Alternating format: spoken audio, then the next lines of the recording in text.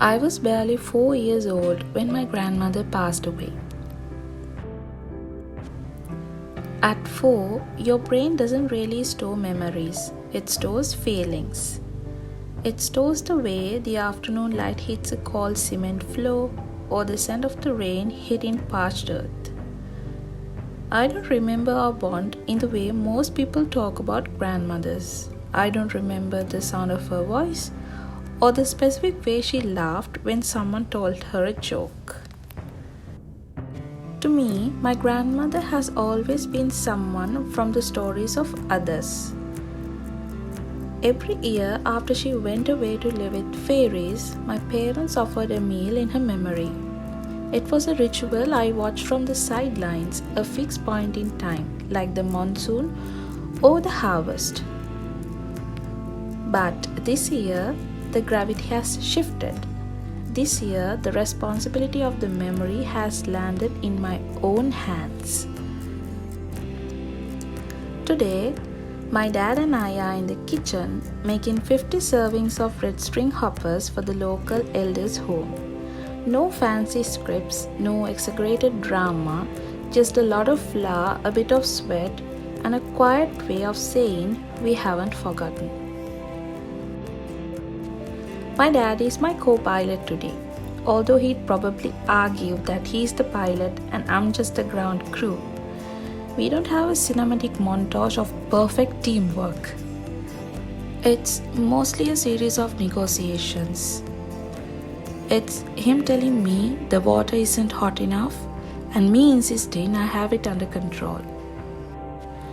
It's the bickering over the exact amount of salt and the silent agreement that the heat needs to be just right. I have realized today that cooking for an elder's home requires a different kind of attention, a quiet, practical empathy. You find yourself cutting potatoes a little smaller, making sure they are soft and gentle for people whose bodies are tired. You balance the spices so they are warm and comforting, not aggressive. You start thinking about the people who will eat this, the people who belong to her generation, people who might remember the world as she saw it. It's an unglamorous way of showing respect. We often think personal development is about starting over or finding a new self. But standing here, exhausted and covered in turmeric stains, I'm realizing that growth is actually about being strong enough to carry an old tradition without dropping it. It's about being willing to be the bridge, even when your back starts to ache and the kitchen gets too hot. Now comes the most important transformation, taking that fresh, snowy coconut and turning it into Pol Sambol. I decided to use the miris color, the grinding stone. There's a specific kind of alchemy that happens when you grind by hand. You're not just breaking down ingredients, you're bruising them, forcing the oils and the heat to merge. But I'll be honest, I underestimated the stone. After 10 full minutes, my arms were shaking and my skin started to burn from the raw chili. It turns out my new face still has a lot to learn about endurance. So after a full, complete struggle, my dad took over. He actually doesn't need a measuring spoon, he just feels the balance. It's a delicate negotiation of flavors that was never written down.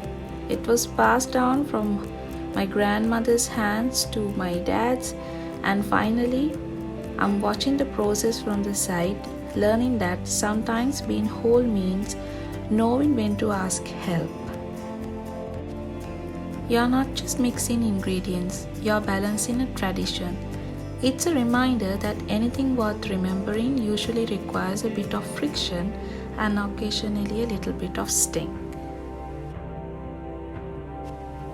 While the sambal rested, we moved to the red string hoppers.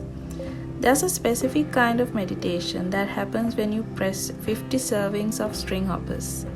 The clack clack of the mold became the heartbeat of the afternoon.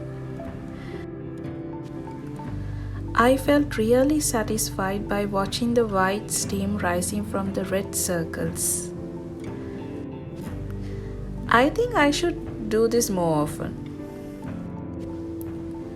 After everything was done, the kitchen was a beautiful, chaotic disaster. There are red chili stains on the counter and flour dust in the air. Looking at the mess, I feel a strange sense of peace. It's definitely not her exact recipe. We don't have her magic touch, and we don't have that specific flavor that my parents still talk about with such longing in their eyes. I'm exhausted, but I feel lighter than I did this morning. It turns out we are much closer to the people we have lost than we think. We just have to be willing to do the work. This phase of my life, this journey of being a whole, I have realized that maybe the missing pieces aren't lost. They are just waiting to rebuild us.